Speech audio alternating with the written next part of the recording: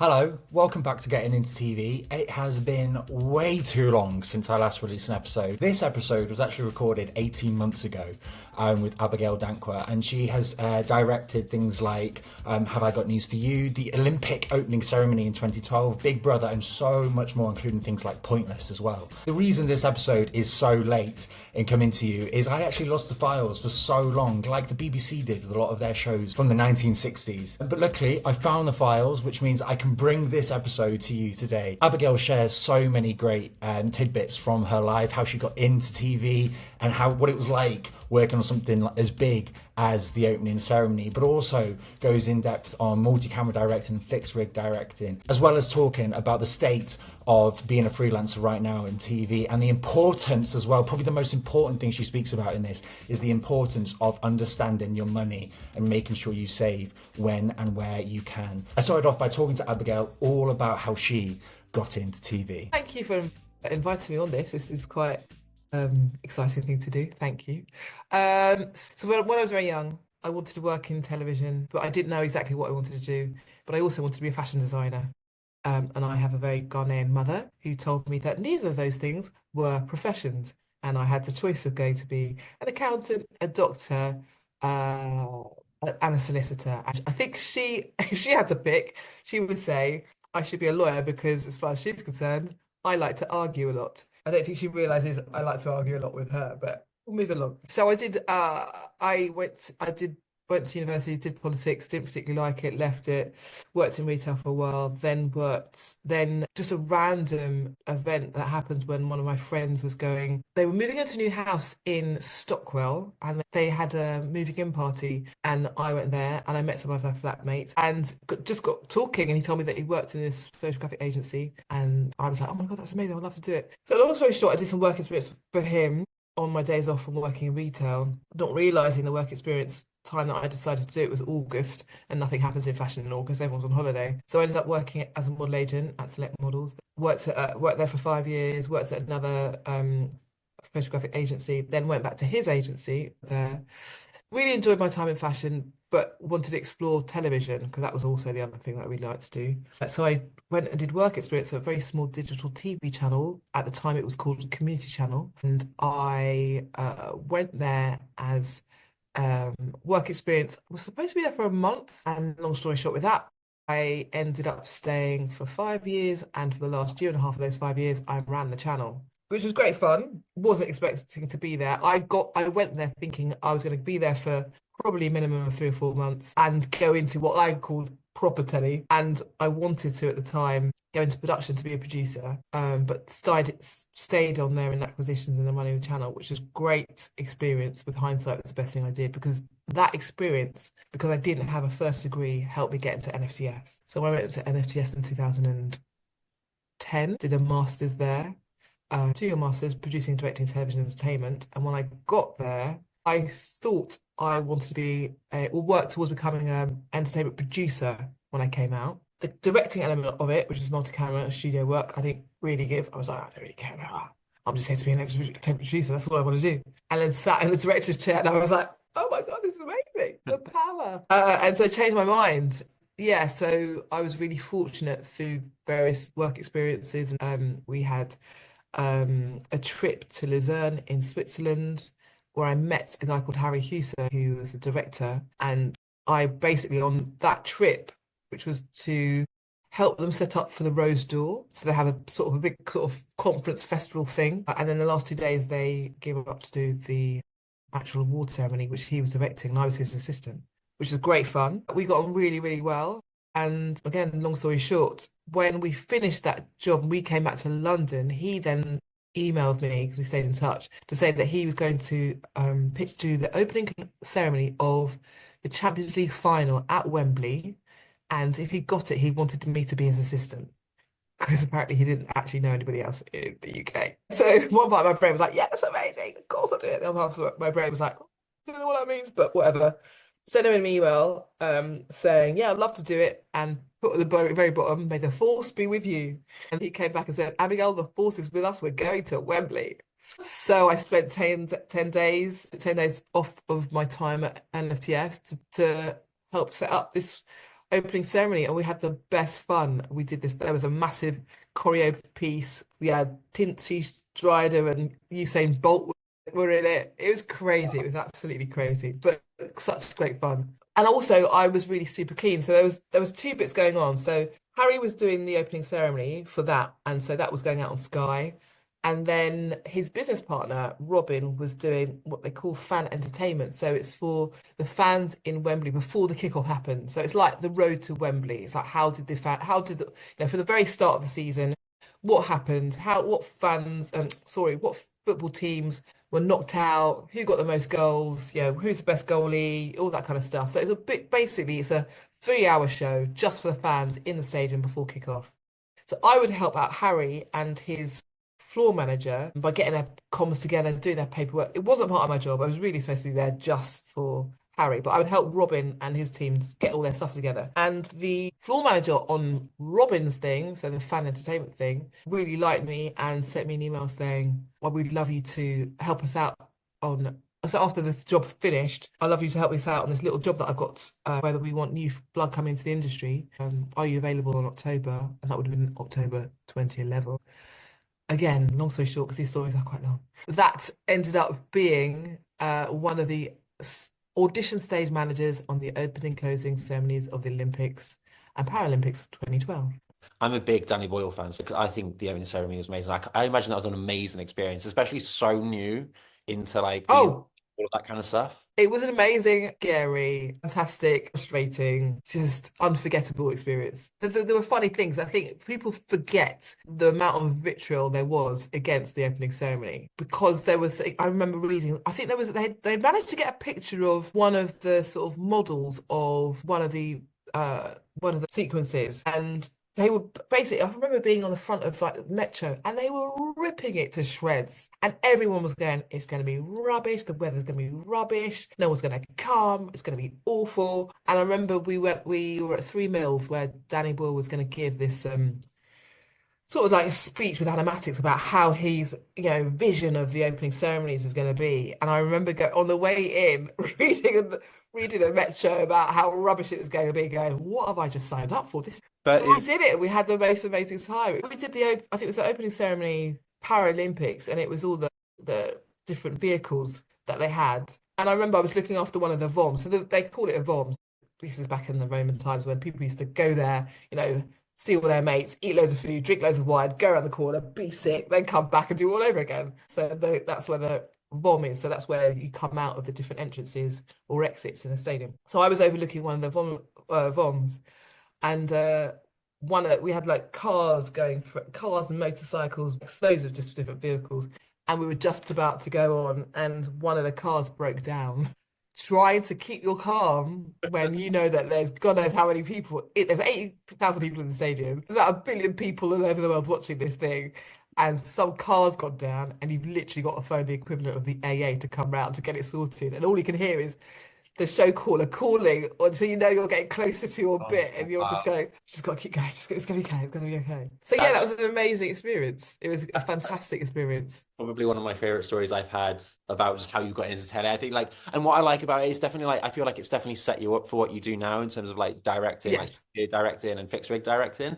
So can you tell me a little bit about what you do? What is a multicam director? What is a fixed rig director? So they're two separate things, and I'll tell you a little bit what they are and also how I got into them. Because there are very few multi-camera directors who fixed rig direct and vice versa. You tend to, although there are a few that do it, but not that many.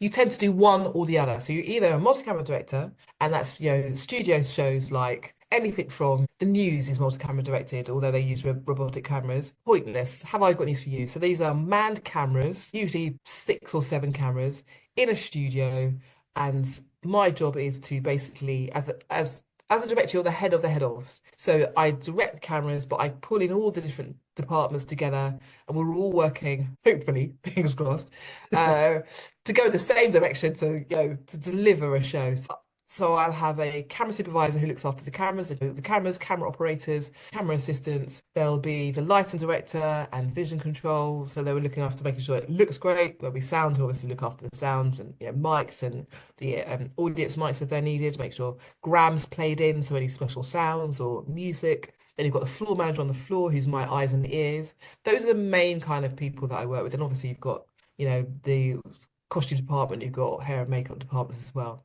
So my job basically is to turn the script that the producer or exec producers given to me into the program that you sit at home and watch. And so I'll get a script and we do what's called marking it up. So basically, as you go through the script, I will decide what camera I want on what personal thing as we go through the show. And yeah, and keep driving it.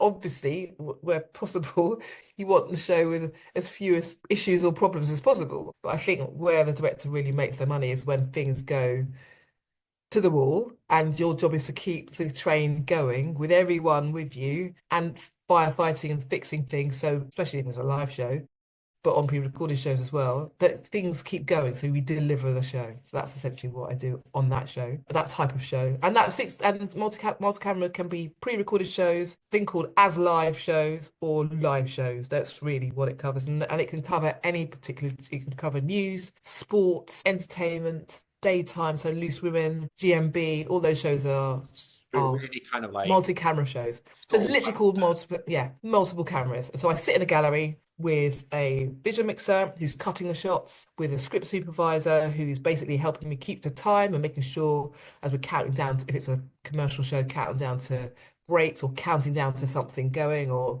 that sort of thing.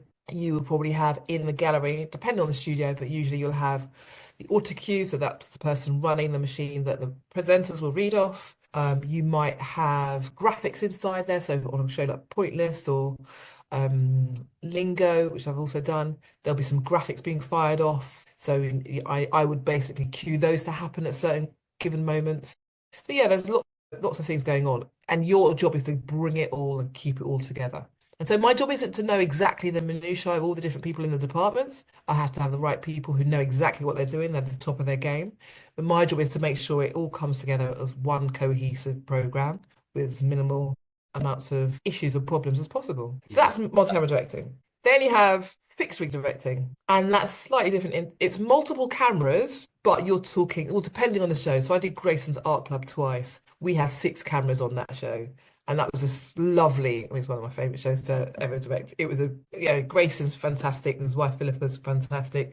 We did that through lockdown. There was only 3 of us on location. So me, an exec, and my hothead operator Lee, who was amazing. There's just the three of us. Each, because it was lockdown, we each had our own tent. Usually you'd be in a gallery all together, but we each had our own tent. And so I'd either comms like Lee to say, I would sing along, if they were in the main part of their studio having lunch, I'd be like, sing on Grayson, sing on Philippa, and then just using the cameras as and when. The first series we didn't have any celebrities who came in, but the second series we did, so they had their own little room as well. And so I helped decide how that looked in terms of I wanted to make sure there was an overhead camera, so when the celebrity was making their art, you could see it from the top. But also we had 2 other cameras that could just capture what they were doing as they were doing it.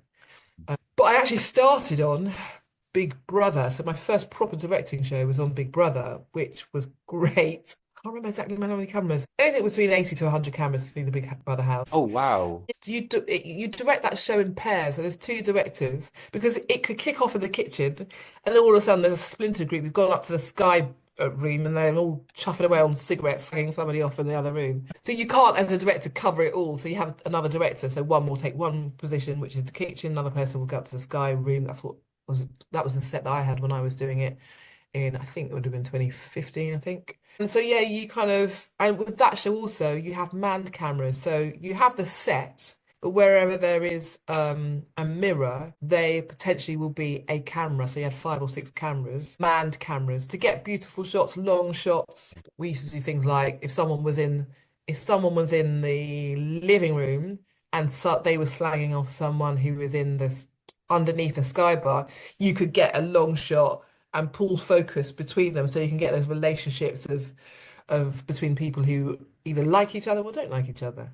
So with that, You've got cameras, they're like CCTV style cameras, and they're called PTZ, so it's pan, tilt, and zoom cameras, and they're in the rig, which is in the ceiling, and they just follow. I'll call shots with a hothead operator, and I'll call a camera number to take a shot of a person doing something. So yeah, that's how it kind of works. In your room, you've got a story producer who's telling you who they want to follow because of something that might have happened the previous night. You have loggers who are logging everything that's going on because you're not recording all 80 cameras. You're a vision mixing director, so you're cutting the cameras because you couldn't, yeah, as you go through, as you're following the actuality. Very different. They're very different skills. Being a Yeah, multi-camera director, being a fixed view director. And so yeah. I started, even though I went to NFTS and I was trained in studio directing, my first proper directing job was on Big Brother. So when I did that, I had to learn how to do that because I didn't have a clue. How did you find that kind of like learning on the job of being like, this is not what I trained for, but like, yeah, what was it like on that? Scared the I can bejesus out of absolutely me. imagine. I swear, I'm keeping it clean for you, Tom. It was the most scariest thing, one of the most scariest, at that time, one of the most scariest things ever. Because I hadn't trained for it. I spent 2 years at NFTS. Yeah. That did not prepare me for what I was going to do. There are completely different skills. And so I was one of 5 new directors that were taken on to be trained to be fixed view directors because at the time, and I didn't know this at the time, I didn't know this until later, but the reason why they took on 5 new people was because there was a new show that was in town called Love Island. And so directors who were previously on Big Brother jumped ship and went to Love Island. And so I was one of 5 directors who were trained to do that show. So this was in the day when we had tape changes. So you would do 2 hours on, an hour off, 2 hours on, an hour off. And in those hour offs, you would get lunch, and then either at 22 the hour or 20 past the hour, you had to go into the gallery and change the tapes because the tapes were recording your show for compliance reasons. Yeah. And if I had to do a tape change at 20 past, I'd leave the gallery, go to the cabin, have a quick bit of lunch, come back to the gallery, do a tape change, leave the gallery, and then I found there was like a little park behind the back of the studios. And I used to walk out of the compound, walk past George Lucas stage, walk out of the studio complex, walk down the side of Tesco's in Bournemouth, walk around the back, and walk 3 times around that park going, if I don't like it, I can go home. If I don't like it, I can go home. If I don't like it. Because I was so scared. Because it was fast. Because you're covering what they're doing and they do whatever they do. I've often wondered, say for instance, say something like Pointless or Have I Got News for You, them kind of like heavily formatted shows. What's like the creativity like for something like that? Or are you quite restricted by like the format of the show you're working on? You kind of are because the audience know they don't want any surprises, and it's called a format for a reason. Do you know what I mean? So essentially, there are a few moments when you get the chance to do something slightly more creative, but for the most part, you're always going to have a certain amount of people who are going to be contestants. You're always going to have the co-host who's always going to be camera right of the host. Do you know what I mean? Like, it's not my job to come in and go, you know what, scrap that. I know you've been doing it for God knows how many series, but I want the host to be to the left of all the contestants. It's not going to happen. They're going to go, I don't think this job is for you, Abigail. My job is to deliver that show. There might be times like we did just have on the recent one that I've just recently recorded. There were things we did slightly differently, but only to make it easier for when they go into the edit. But they weren't dramatic, like creative things that anybody sitting at home will notice any difference. You're probably not going to notice any difference. So keeping on the theme of studio directing and fixed rig directing, what kind of skills do you think are essential for people that are coming into that role or coming into telly that want to do that role? What do you think's the most important? The first thing to say, trying to be a multi-camera director, is it is a challenging role to get to do. There are not very many new directors that come through. And in the year of our Lord 2024, it's quite hard because we're going through a very challenging period. I have to say that up from the outset. This kind of skills. So there are different types of multi-camera directors. So they have different skills. We're not necessarily all the same. So I wouldn't say I'm a particularly technical multi-camera director. There are directors who have come up through cameras, so they are quite technical. There are people who've come through vision mixing, and you are literally sitting for the most part to the right of a director, so you see everything that they do. There are directors that have come through floor managing, and I am one of those ones. I'm pretty good at getting most people to do what I want them to do. And that's what floor managing is. It's a good skill to Sometimes, have, I feel like, in this yeah. in general. Oh God, yeah. We haven't got time to sit around, waiting for someone to get to the studio. Sometimes you have to be in there going, okay, you're on in 5 minutes. We really need to get you to the set because you need to read your audio cue. You also need to get your ears in. We need to test you and make sure that sound can hear you. So you have to find ways of doing it. And you're dealing with sometimes, not all, I've been quite fortunate. Most people that I've worked with don't have the egos that that exist in any sort of creative industry. So you need to be able to, a little bit of a charm, a bit of a joke. And so that's more who I am. And so I then have to, and I'm very fortunate that I can rely on really good heads of department. Like really, I've got a really good script supervisor I work with a lot. I've got really good sound supervisors or lighting designers that I work with really, and also floor managers. Everyone I work with, the kind of shows that I work with are really at the top of their game. So they all know what they're doing. So to some degree, it makes my job a little bit easier. I know I can trust them to do the job they need to do. So that's the kind of director I am. And I think it's really funny because I was looking at, with hindsight, one of the jobs I think that helped me do that was being in retail because you have to talk to everybody. But have them good people skills. Like you say, working in retail, I worked at McDonald's, I worked in Poundland, and you meet people in like it's not just the people, but you're in them high pressure environments, and that's a really good skill to have. And for anyone coming into the industry, and I think it's also really good to highlight, like they're good skills to have on your CV to like show people and work in them. I mean, I worked in Wetherspoons, and that was definitely an interesting experience for me. Exactly. You're going to come across all sorts. I think that's the thing. Yeah. So I think when people look, I think sometimes I've gone through people's CVs and they've always been a bit sort of cagey about the fact they worked. I'm like, no, that tells me that you can handle a bit of pressure. Like if I know you've worked in a sale, I did sales, at Christmas time. But you had to keep it cool. I remember one that I worked in a shop in Oxford Street, and my till came back, and it was unheard of. I was like 2 pence out. I pride myself to the day that it was 2 pence out because it was sales, and people are crazy for a 50% discount. But if you can deal with that, you can probably deal with most things. So I think for me, if people are trying to get in and haven't got in yet, if you can, try and do a retail job. It's one of the best ways of being able to learn how to talk to anybody. Because if you then decide you want to go down the editorial route and you want to be a runner researcher, as a runner on a studio show, you're dealing with contestants. You need to jimmy them along sometimes. If you're a floor assistant, you need to be able to talk to them. If you're in doing research or as an AP and you're phone bashing, those skills are really handy because you can pick up the phone and you don't choke because you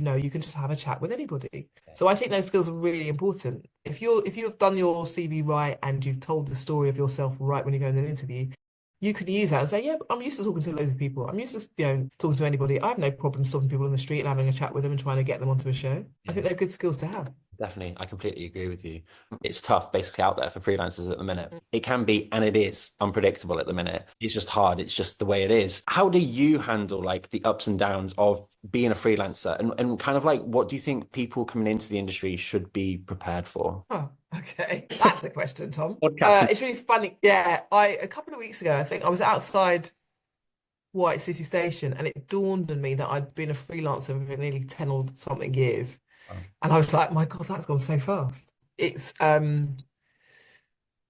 so from graduating in 2012 to 2015 when I did Big Brother, that was a slog. That was a hard, and also I was still going to film school. I'd always been employed. I was an employee. And then when I came out, I was freelance, I was self-employed. That was that's a shift in your brain that you've got to quickly make. Because I was used to and liked very much, thank you, getting paid at the end of every month and going on holiday and have 25 days. Yeah, exactly. If I got a sick day, it got paid. Do you know what I mean? Or having money put into a pension day. Do you know what I mean? It's just like it's a different world. I mean, you're talking about all this stuff. I've just finished on the BBC Studios AP. So I've been in a stable job for like the last 12 months. And that's been lovely coming out of that, and I've just started, I'm in a job for 3 weeks, freelance job, and I'm at this point now where I'm like, I've got the savings, I can survive for a little bit, but I'm like, I really want to go on holiday in a few years, but I don't know whether I'm going to be able to because I need that savings for that month. And it's so weird trying to alter my like brain to be like, no, you Yeah, can't buy that shirt because you actually need to pay for your bills next month. And I hate yeah. it's horrible. It's hard. It's a challenge and you've got to get your head around it. And I think I was very fortunate. I was very fortunate that I lived in London. I was very fortunate that my mum had a spare room. I mean, I didn't particularly like it because it was a single bed in a very single room. But I stayed there for quite a number of years because I wouldn't have been able to do it any other way. And I was somebody who had other jobs. So when I went to film school, I had literally spent most of my savings that I did have supporting myself because I didn't work for 2 years. I was in film school. And so when I came out the other side, I mean, I was very obviously grateful that I had the Olympics, but that was a May, June, July, August, September. That was a 5 month gig. Then after that, I was like, what am I doing next? And it was always that. It's always been that. So you learn very quickly what you can spend money on and what you can't spend money on. Holidays were not a thing for a good number of years. Like proper, I would go like I do a 3 day thing here or a 4 day thing here, but like 2 weeks holiday? Are you mad? That's not happening. I don't have the funds for that, and I didn't want to particularly go into debt to do it. But which, you have to decide what works for you. Some people are quite fine with that. I particularly wasn't, so I try not to. And then dealing with like the taxes and all that kind of stuff, and getting your head around how much money you have to save. And I remember at the very beginning, I had issues about how much I had to save, and me and HMRC were not friends. I've been on the phone with them this week, just being like, Yeah, just stern conversations. I'm like, please, can someone just understand where I'm coming from? And it's yeah, infuriating. Yeah, you kind of you don't become best friends with them, but yeah, you just become. It's a world that no one really prepares you for. I mean, coming out of no, and this is my becoming issue. freelance is you Yeah, don't get prepared for it. I was when I went to uni and I was given a camera, and I was yeah. like, make a film, and the four roles you have: a director, sound, producer, and editor, and your ego is really stroked. So when you come out Yes. and you go to a set for the first time, you're given a call. I mean, for black, the basics, I mean, you're given a call sheet. You're like, what is this for a start? That's already an issue. But then you've got that, like you say, like that money issue. It's just like it's a world that no one ever prepares you for at all. And only this No. last year being on the AP program, have I really kind of been introduced to the kind of this is what you need to start thinking about. Yeah, absolutely. I mean, they didn't do it so much when I was at NFCS, but I think they're better at doing it now.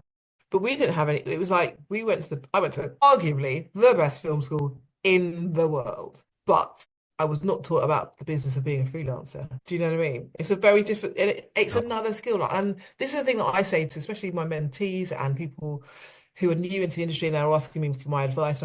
I say to people, I actually don't like using the word freelancer because it's an old word and it doesn't really encapsulate exactly what you do. You're a self-employed business person. You are running a business.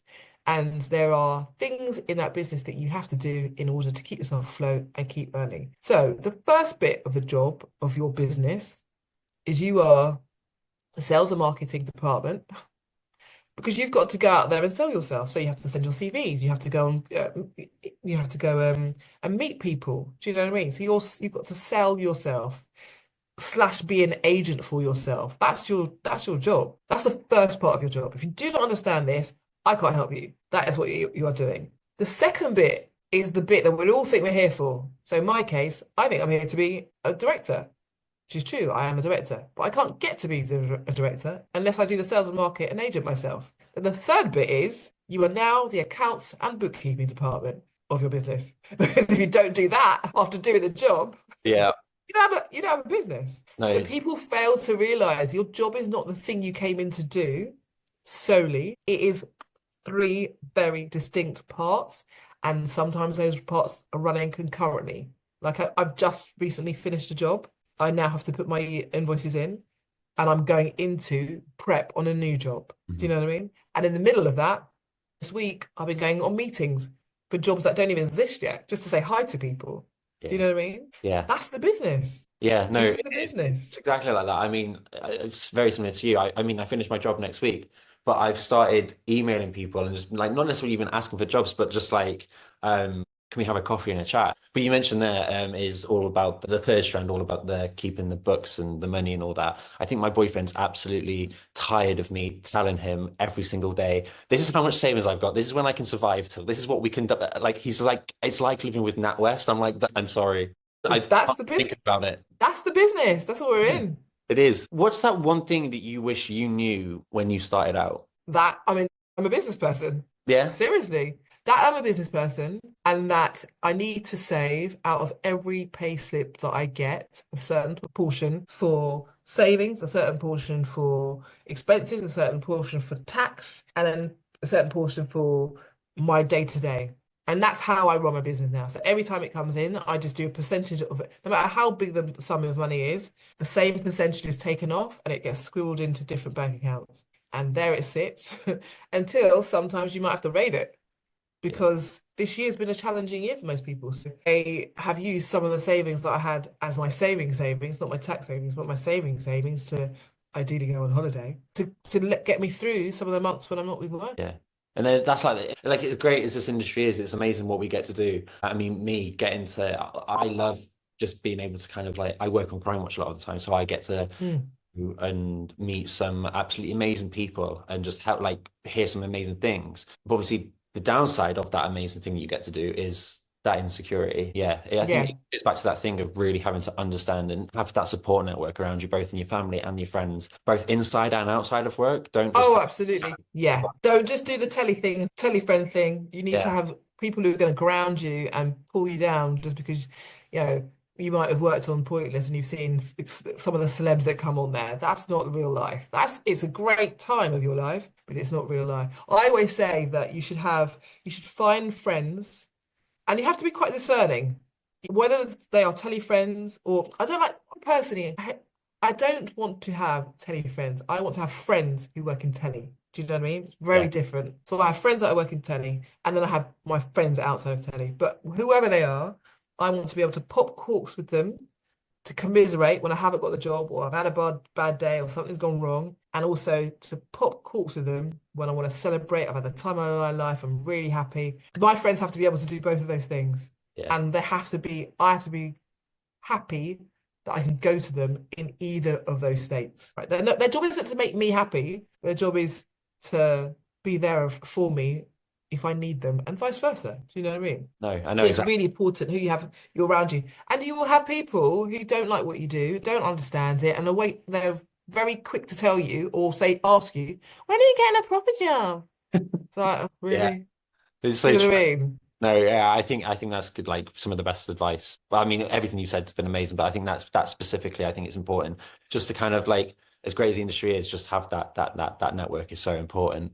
I've got two more Mm. questions for you. So I think this is a fairly nice one, a bit of a more uplifting one after the chat about freelancers. What do you love about the TV industry? What is it that keeps you coming back? It's fun. I like to have fun. Do you know what I mean? And it's funny because actually what I didn't say before was before I ended up at NFTS, I actually had a place because the channel that I worked at, community channel as it was, now Together TV, is very social issue based. So when I left there and I decided I wanted to go back, I think primarily because I had a chip on my shoulder for not finished getting a degree because my mum was like, "Oh, she loves a degree." So I actually applied to Bournemouth and I got a place at Bournemouth to do an MA in documentary because I really love documentary, but for personal reasons I couldn't take it up. So they deferred me on that course so I could go the next year. But I know what I'm like. I'm not sitting waiting around for this to happen. I need to go. If I'm making a decision, I need to go. So a friend told me about NFTS. So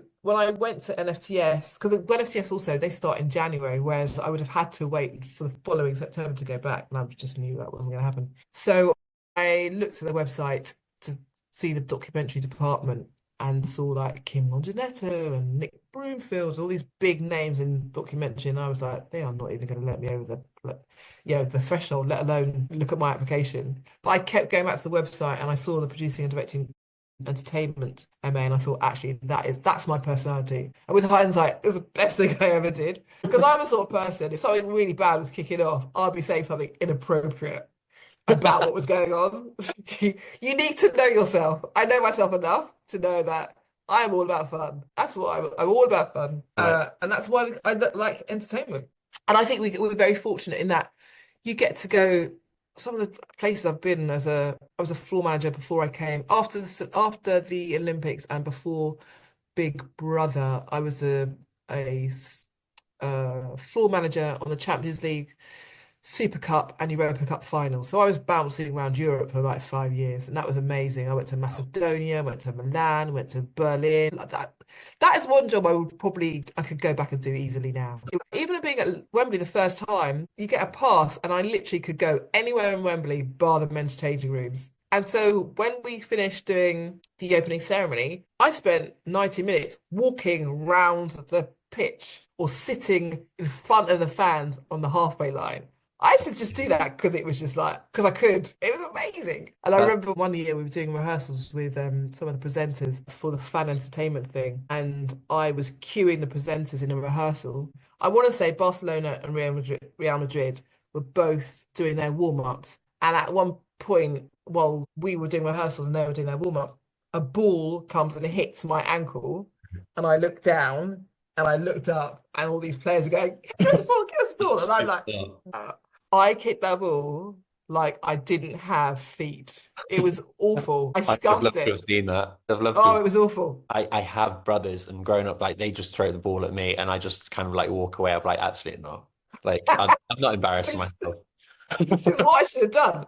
But I think it was 2 years later, so that happened at Wembley, and then 2 years later at another match, which I can't remember, I think it was in Milan. The same team's there, and again, I'm on the pitch, and the same thing happened. And my feet, I looked down, and the balls, and I'm like, no, I'm not doing it this time. I'm not doing it. And I think they did it because, well, we've got to be honest, there are not very many black women in football. So it was quite obvious that if you were in the team 2 years before, you probably remember that I was going to be there again. So yeah, I really enjoyed that. But it's we get to do amazing things. We get to learn amazing. I mean, when the pandemic happened, I actually said to myself when we got through the worst of it at the beginning because we didn't know what was going on, I said the two industries that could get us through this are probably going to be the army and television. Only because we create worlds out of nothing. We make things happen. People do like just on no money, no time, like Yeah. it's 6 p.m. the night before you need it, and you need it at 5 a.m. the next day. And the things that people just manage to do, I think they're insane, absolutely insane. We conjure stuff out of thin air and we make it happen. Yeah, which is sometimes it's good. I mean, sometimes also I was just reading on there's a TV mindset group on Facebook that sometimes we do take it excessively when it comes to contributors, and we say, yeah, we're going to use you, and then we don't use them. So there's a downside to that as well. But for the most part, I mean, if you can work in television, you can work in most things. So makes it slightly disheartening when you hear people say, I can't do anything else. I'm like, you work in television. You could do amazing things. Yeah. You've pulled things out of thin air. We could do, I really believe that we could do the most amazing things. Because we've had the training of working in television on stupid budgets, for most part, with ridiculous time constraints. I really believe that we could do it. We could do loads of things. No, definitely. I absolutely agree. Some of the people I've worked with are just amazing, absolutely amazing. I ask everyone this, partly because I kind of like to make a list of TV shows that I should watch anyway to add to my ever-growing list. So what have you been recently and enjoying? I go back and forth on things. So I didn't watch, and this is drama, New Amsterdam. Oh my God, I got hooked on that. It's on Netflix. It's a medical drama. Yeah. The hospital one. I remember one night I was up till 5 o'clock in the morning. I totally binged that for no apparent reason. So that was cool. And then even though I direct it, I still watch Have I Got News for You. I find it really funny. It's a good show. Do you know what I mean? So yeah. So I watched that. I've got a list of things that I have to watch as well too. And it's been absolutely amazing just getting to chat to you. And like I said, I didn't really know much about multicam or fixed rig directing. So it's just been really nice just getting to like chat to you about something I didn't know about, but also just sharing it with the people that are listening and watching. I want you to learn 2 words: compound interest when it comes to your money. Exactly. See, start saving now. I'm being completely honest. This goes to what we're talking about, the 3 different parts of your job. And think about, again, I know you think you're young, you're going to be old pretty quick. And in our industry, we don't do enough, I think, to talk about because of the nature of our industry, we're going for jobs, for jobs, for jobs. So everything seems very sort of like you're one job away from the end of your career. Yeah, But you've got to think about what your future is, and you want to get to 40, 50, 60, having something ready for you. So think about saving. You don't need to have your nails done every week. You don't need to get that shirt that you want. it's true. Don't always live on the moment unless you're really clever that you've got a bit of a second, I hate the word hustle, secondary income. Also, I would also say get some sort of secondary income. Otherwise, money is a tool and it gives you the opportunity to maybe not take that not great job with that not great person, Hmm. and to also hang around in this industry because the way this industry is at the moment, I just don't want to have people who have just got the ability to get hold of the bank of mum and dad to see themselves through because the Yeah, industry will unfortunately be look different if only a certain set of people get to be definitely. part of it. And that means that in order to do that, you Mm. either have to find a really rich friend or godparent, or you're gonna have to dip out for a bit, save some money so you can hang around and come back in. But we need to make sure people understand how useful money can be in order to stay in this industry because we need that. And when I say diversity, I mean a diversity of every kind, diversity in Yeah, terms of ethnicity, gender, abilities, disabilities, and thought, social class, everything. So understanding money is really important and it will take you anywhere. It doesn't mean just in this industry. But if you need to hang around, I want to be working with good people. So I need you to sort your money out. Thank you so much for listening and watching to this special episode of Getting Into TV. I'm hoping to get some new episodes out this year. They might be a bit more sporadic than they have been in recent years, but it's definitely not the end of Getting Into TV. I really do want to speak to as many people as I possibly can in order to help you guys really that are watching and listening to this at home in order to get into TV and make it a more accessible and better place to be. As well as that though, me and my boyfriend have also started our new podcast all about movies. It's just called Real Ramblings. You can find it on the exact channel as this one, Tom Dick's Podcasts, and it's also over on Spotify and Apple Podcasts in its own little sections as well. Just go and search Real Ramblings. But yeah, like I said, I hope to be back very soon with another episode of Getting in TV. But in the meantime, just follow me on Instagram and you'll be able to keep up to date with everything to do with this podcast. I'll see you very soon. Bye.